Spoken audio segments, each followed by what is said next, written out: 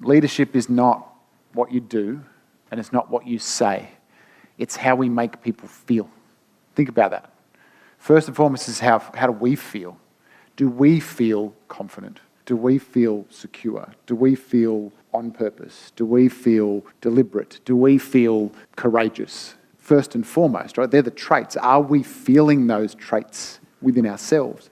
Because how are we going to have somebody else feeling that from us if we don't feel it within ourselves? We can put on the act and the show and pretend, but people are going to see straight through us. Do you know what I mean? Like, you know when someone's full of shit, really, don't you? And I think the people in this room have a higher level of consciousness than probably most of the NPCs out in the world that haven't quite got to that point yet. That's not a derogatory statement. That's just how it is. There's a level of consciousness that some people have and many people still don't yet. Part of my mission is to help create more conscious business leaders, right? That's a big part of the mission I've had for the last 10 years. And this is about becoming conscious with how do we feel within ourselves, therefore how are people receiving us. Because you've all seen a leader, or maybe we've had a boss when we're younger or something like that, where one day they're like, hey, Reece, how's it going, man? And then the next day they're like, what the fuck's going on here, Reece? And you're like, oh, shit. And there's like a yo-yo. You just don't know if you're going to get Jekyll or Hyde, depending on the day. And do we trust somebody like that? No way. We're like on guard just in case they're going to throw a punch that we didn't expect. That might represent our childhoods too, for a few of us. You know, because it's the role as a parent is the role of a leader. The role of a parent is a role to guide our children, not to suffocate them or just let them out into the wild with no rules. It's leadership. It's part of leadership.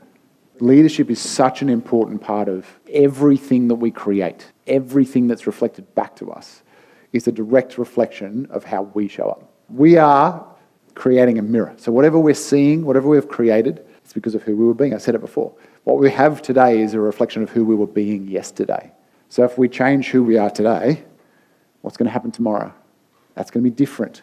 Who's seen that in their life before? Everyone. You're here. When you were born, you couldn't move, then you could crawl, then you could walk, then you could run and get up to mischief and get in all the cupboards and stuff, PowerPoints and things. All these things of these, as they call it, you know, like in the 10X is easy and 2X book, he talks about when have you 10X'd something? When you're a little kid to growing up to being adult. There's probably 100X in there or 1,000X. We've done it many times in our lives. It's are we being potent? If you get a laser, right, and you spread it out like this, like a red laser, you spread it out that wide, what does it look like? It's a tiny little red glowing thing. What's its impact? Okay, what happens when you get it really, really pointed down to its smallest thing? That's potency. It'll cut through 2 inches of steel. That's what we're talking about. Are you this sort of putting it all out there and your attention's just kind of over here and squirrel and over here and all this sort of stuff? Or are you actually bringing it back and focusing on something important? That's exactly what I did in July when I went delete on our mission and base camps and said there are only 3 things.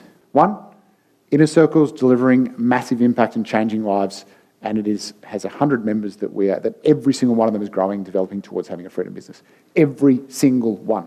I don't buy into the bullshit of most of these business coaching freaking programs where it's all a numbers game. There's 500 plastic mannequins in the audience. You don't know who you're talking to, and they say, do more marketing. Cheer me, yeah. And then they walk off, and you're like, okay, marketing, yes. What sort of marketing? Actually, marketing's not my problem. These people don't know my business. And in those environments, I would say generously, probably 20% of people are actually achieving really good results. I would say probably 40% kind of don't know if they're achieving good results, and the other 40% walk away going, that was a waste of money. That's the model that's out there in the marketplace. I don't believe in that model. That's why I started this model. Because this model is about, and the fact that we do the financial deep dive when you first come on board, then we do the financial reviews every quarter. We're also reviewing your freedom metric, how close are you getting to a freedom business. That's holding us accountable to supporting you, and it's holding you accountable to achieving the goal that you set to achieve, which was to create a business that you don't have to work in if you don't want to. This quarter, something came up for me a number of times. It just reflected. I think it was about 5 times in 2 weeks. I was chatting with one of our members and stuff, and they're like, "Oh, look, I want to make sure I respect your time because I know you're busy." And And someone else was like, "Yeah, like I know you got a lot on." And blah, blah, blah. I'm like, "Where's your assumption that I'm busy coming from?" "Oh, I just assumed you'd be busy." And I said, "I did about 20 hours a week in this business last year. What do I teach? I teach freedom business. This is my passion, this bit, The 20 hours is me doing what I love to do. All the rest, I'm not even allowed to put my hands into it, or Katie and Nat will be like, get your hands out. Stop trying to get involved in that stuff. Isn't that the point? Now, don't start trying to fill up that other 20 hours because it's protected. But I am available, of course, when people need it, right? Because that's what I'm here to do. But that's the thing. It's like, where are you at in that journey? If I was doing 60 hours a week every week, would I be congruent in standing up on stage saying, you need a freedom business? I've got businesses in Sydney that the last 4 times I went to visit, even with our new office recently, I took my kids there in November last year. And again, for the 4th time, couldn't get in because I don't have a key. I haven't had a key for 8 years. I'm like, oh, that's interesting. I don't even have a key for my office, other than getting a monthly report that I look at for 10 minutes and chatting to my manager who's been with me for 16 years, Michelle, who's amazing. When I can get to Sydney for the Christmas party, that's the only interactions I have with those businesses. They run out of management. They're completely freedom businesses. I'm not involved at all. Are you here to create a business that allows you to do other things outside that, whether you know what they are or not? Who's here to create a freedom business? By show of hands. Okay, so you're in the right place. And it is a system. That's it. It has A, B, C. If you try and skip C and D and go to E, then things will fall down the hole. You need to do C and D.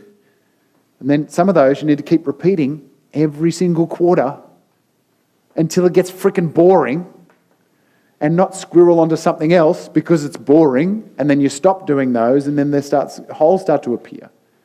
That's when you hire people to do the boring stuff. And then you go lift yourself up, and then do it again. Make it boring, hire people, move up again. Get rid of the 80%. Some of the traits that I live by as a leader is things like, which has been one of my values for 20 years as well, which is I am deliberate, not desperate. And there have been times in my life, some more recently that I'd like to admit, where I wasn't acting as deliberate as I normally would. So deliberate, not desperate is a leadership quality that I feel is very, very important. Is this what we must do? Or am I being influenced by somebody else? Or is it someone else's idea or whatever? Firm but fair. Just ask my team. I can be firm, and then I'll probably apologise for it. But then I'm also fair. And remember, the lowest standard you accept of other people is the highest standard everyone will shoot for. So if you want to be, all right, I want to be at this level, and then this person keeps showing up like this, and you keep accepting that person showing up, then the team will just show up at that level, eventually. It'll start to erode your culture. And Steve's like nodding like this, so clearly you've seen that happen. And whose fault is that? Ours. That's right. It's our fault. And it's only our fault. And who can fix it? Us. Only us can fix it, of course. But it requires us to continue to evolve and grow into a new version of ourselves to show up as that leader. And ultimately, 10X leadership is a way of being and thinking. It's not the why, it's not the doing, and it's not the how. It's not, okay, if I have this new leadership technique of sandwiching negative feedback between 2 positive remarks. That's not leadership. Tactics don't work. People feel when you're using a tactic on them. You know how it feels if someone does that? They're using you can tell that they're just trying something to kind of manipulate you or change the situation or whatever. It's a tactic.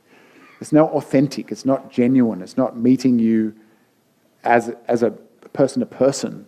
And you need to show up everywhere because 10X leadership is not about your business.